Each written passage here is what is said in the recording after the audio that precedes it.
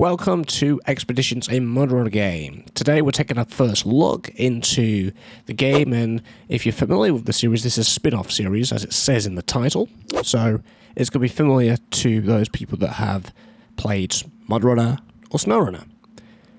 The aim of today is just to give you a bit of a look and feel for the game, just to make sure you have an idea of what it's about and what you can do, just to make your decision a little bit easier if you're a bit unsure if you should go ahead and purchase it. Now, this is a first look for me and you because I've just fired up the game. I've turned off the music because YouTube might not be happy about that. As you can see by the menu as well, by the way, co-op is coming soon. It's coming up in a free update later on. It's not here on day one or launch or for whatever edition you have. Yeah, it's not available. It also has a mod browser here. I haven't set anything up, as I've just said, I've just fired up the game, so that's available similar to SnowRunner as well. I'm playing this on PC, and I will be using my Xbox controller for this. You can use a wheel, you can use a controller if you want. It's also available on consoles, and this will be launching on the 5th.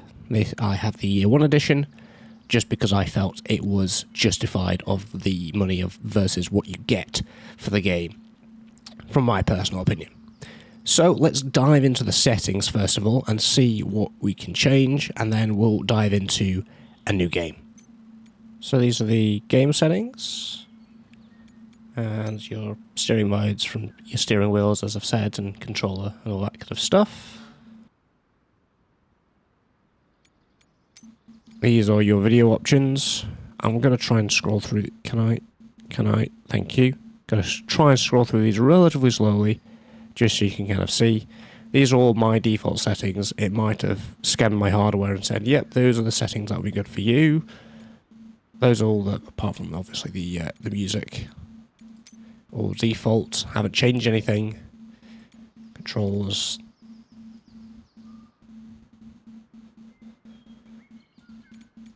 And we've got controller, some controller stuff.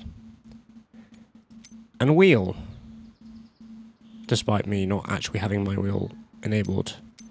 So what presets have we got? G29, 920, G923, Thrustmaster, Fan Attack, and Custom. Okay. So it probably does majority of the people that have wheels. I went through that way too quickly. Let me just try and slowly go through that.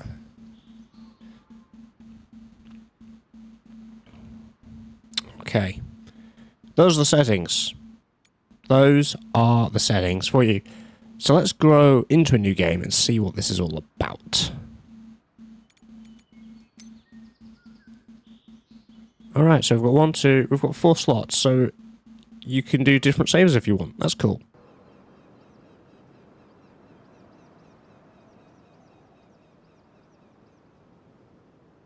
Looks like we're in a little truck.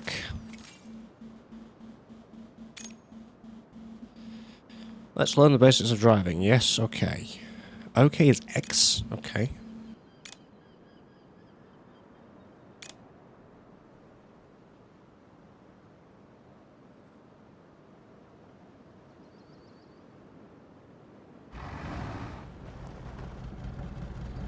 I mean, we could already tell, just comparing it from SnowRunner, the UI's had a little bit of a freshen up.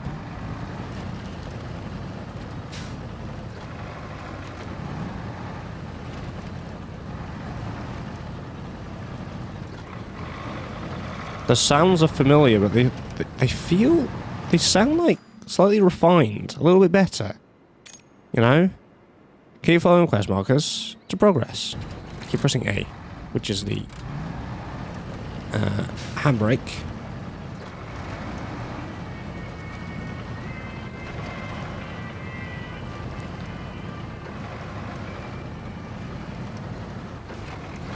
Oh, a little bit of a rock there.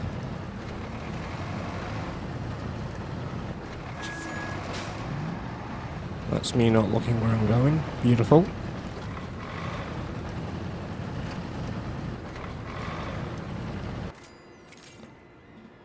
Stage complete. Move further, you will need to re-edge AWD or all-wheel drive. Hold right button. And B. So it's very similar to the control scheme of SnowRunner. I mean, that's expected. It's the same series. I would expect there to be a lot of familiar mechanics. And obviously, if you're not new to the series, you'll just get used to them and how they work. This thing is a differential lock. Yeah. Low. And engage. Differential lock just basically means it locks all the tires so they turn at the same time rather than independently.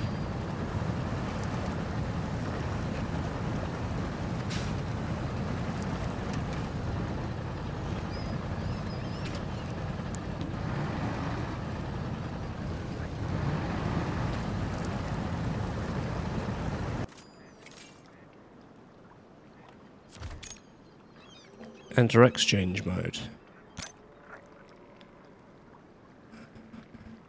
On the left is your vehicle's inventory. The right is the resource area. Select the quest item, add it to the vehicle's inventory, and close the menu. Okay, this is new. This is not in SnowRunner. Transfer that across. Cool. And it looks like you can transfer wheels, spare parts, and fuel. Okay.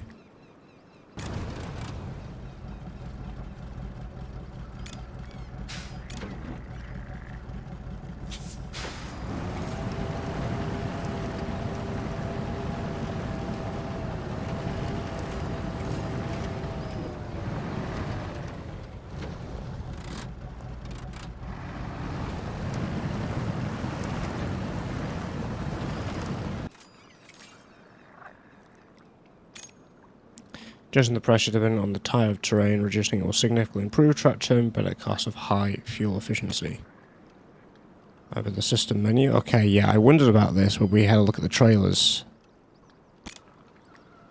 But we have seen this in action.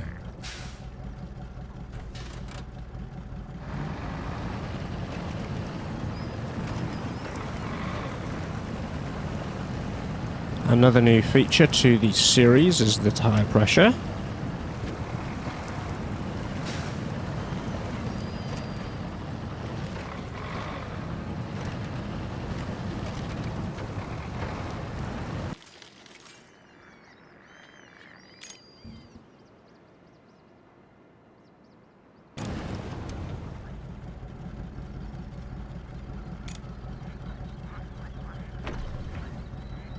Oh, we already have fuel canister on us. Oh, nice.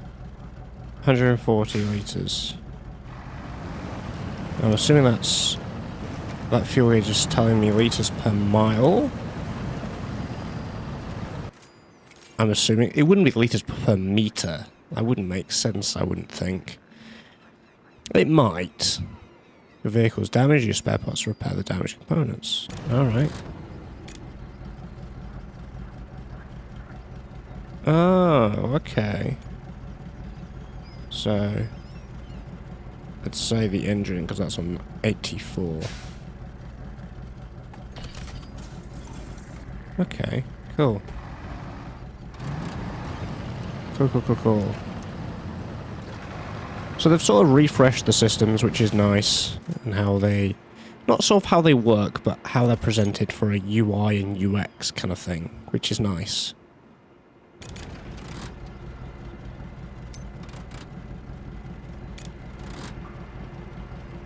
$3,000. Yes, please. It tells you all your stats. Could. Headquarters. So to drop off region, Las Colorado is the perfect place to tone your skills. So there's also Arizona. And there's Carpathians. And then there's a mods region. All locked, of course. Switches on main missions, progress through the game, and various rewards by completing them. So yeah, this is a lot more less open world. I know that will bother some people. I know it won't for others.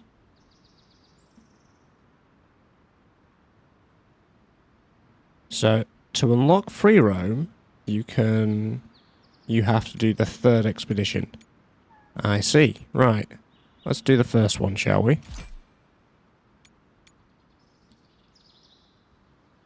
So, looks like we can bring a truck. List of trucks.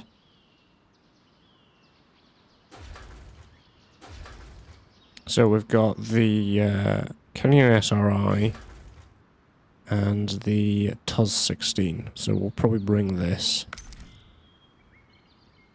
And we've got an inventory slot. This is new.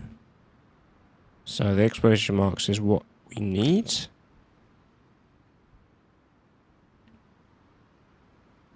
So that's the jack screw.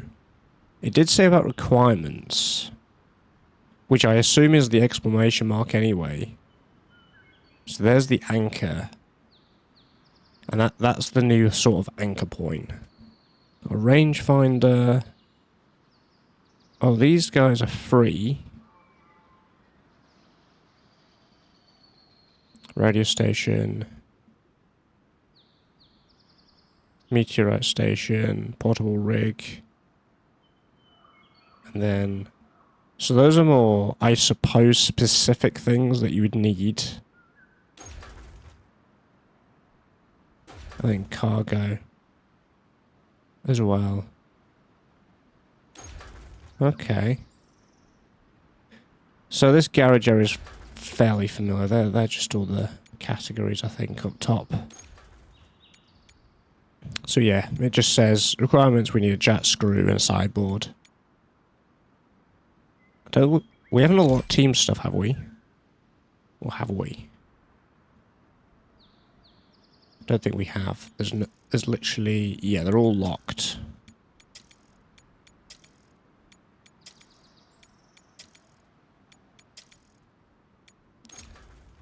That's fine. Let's go.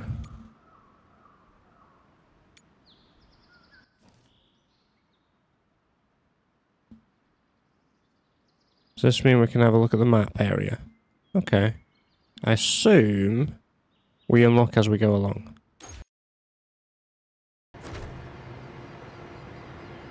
Alright. First proper one, outside the tutorial.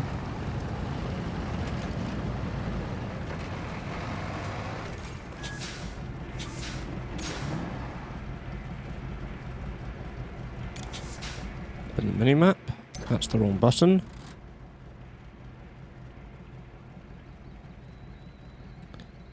So yeah, this map is familiar. The roads are basically the same. Yep. Cool. So we need to go to the pond over there. So this game is less about hauling trucks and is more scientific and scouting routes.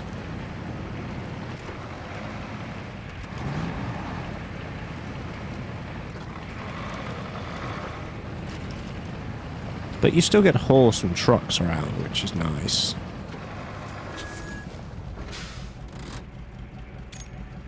Use the echo signer to determine the depth of water. Is that already... Oh! That's already a thing that we have. We don't need to unlock it.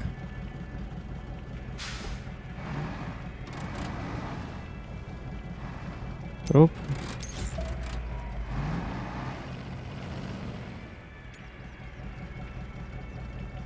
Would help if we had that on first. It's annoying that that keeps toggling off.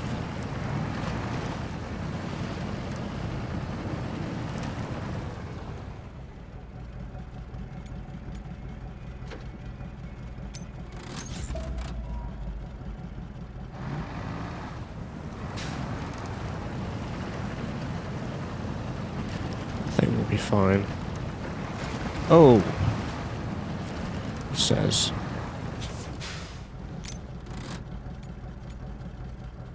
Transfer that across. Stage complete. we go.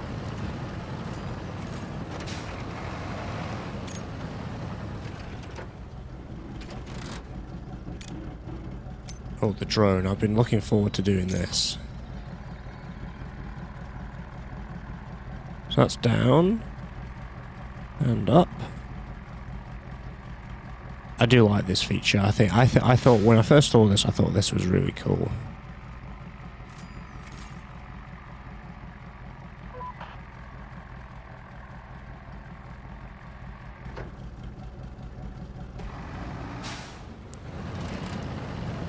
See, I think the drone is useful. I don't think it takes anything away from you doing the off-road aspect.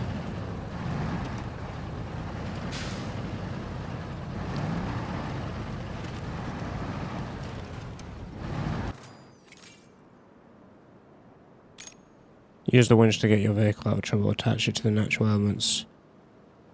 Your own anchors and pull. Trees are coming. Yeah.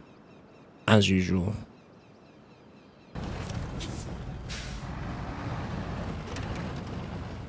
Do they want us to fall? Is this the plan? Because we have to go around here. Not too fast.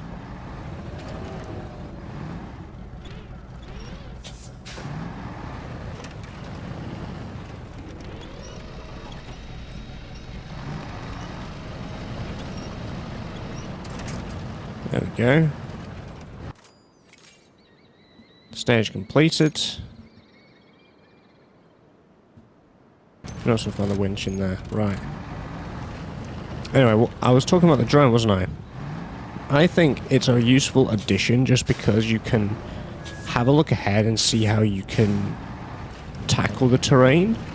It doesn't necessarily do the exploration for you, because it will have a range, but that's what I like to see it as.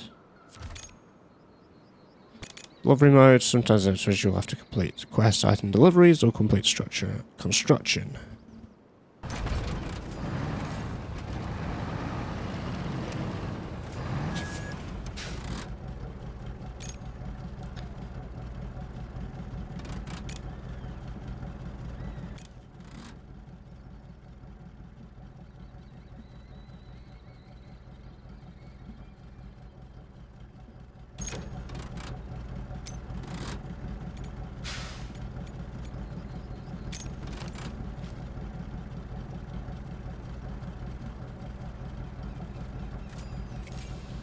There we go, there's zoom.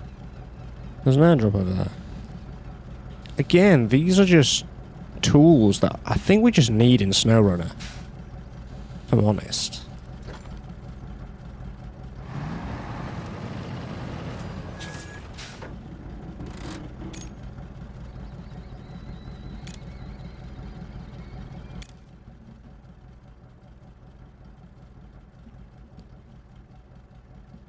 Explore the area.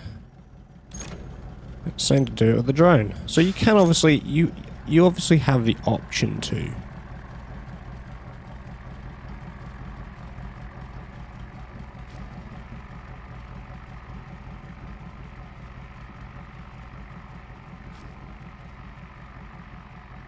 Yeah, there is a signal. Yeah. Whoa. So it can only kind of go so far.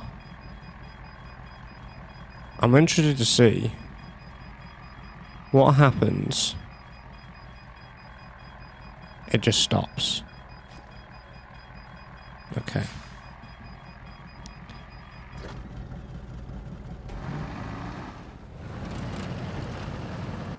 Well, that's good to know.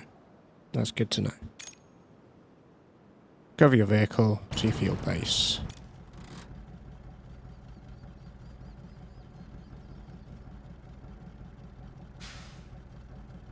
Why is it doing that?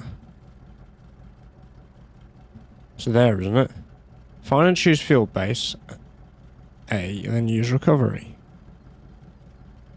So I had to go through that menu on the left there. That's fine. So I was being a bit weird. Right.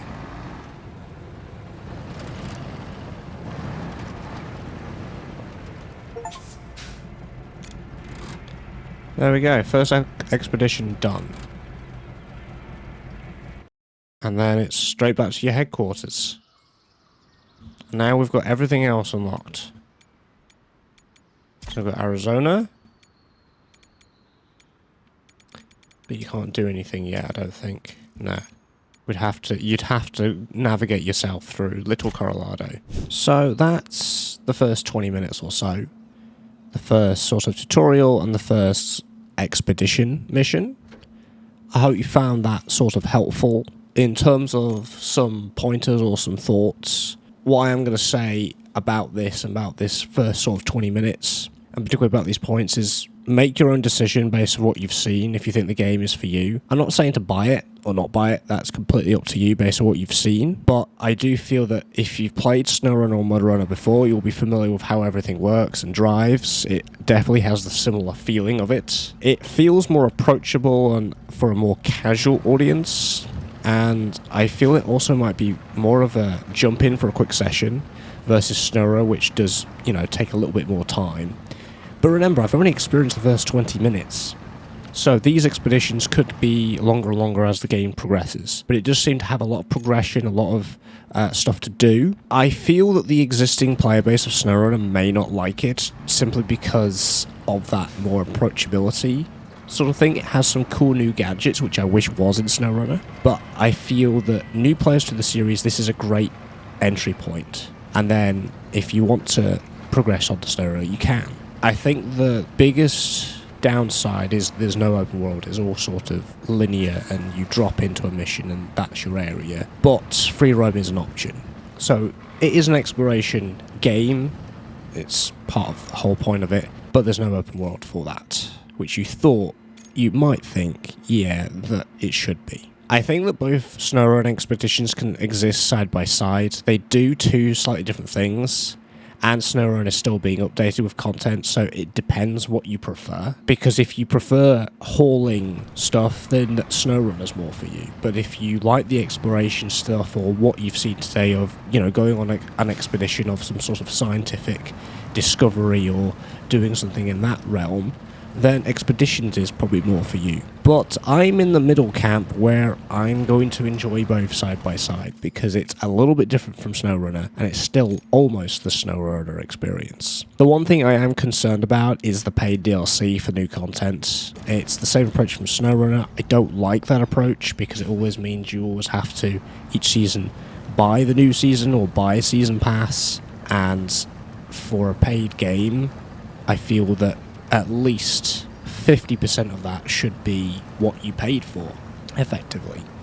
At least some starting content for the first year, I think, should be free, but it's not going to be, and I have a feeling it's going to be along the same way. Although we have seen that there is going to be a new free update for co-op, which I have no idea why it isn't in. It might be due to it's not stable enough yet. Regardless the reason, it is a concern that you may have to buy a season pass for the future, so bear that in mind. And that's really what I think about that. As I said, take what I've said here as my own opinion, my own bias, if you will, and what you've seen today, take that with your own opinion and decide to buy or not buy or continue playing SnowRunner if you're an existing player. If you did find this helpful and you enjoyed it, I'd like to see more content like this one, make sure you are subscribed. I'd like to know in the comments below if you are planning to buy it or you're not planning to buy it. Let me know what you think about it in the comments below. I make other racing and simulation content on the channel, so if that interests you, stick around and I'll see you guys in the next one. Take care.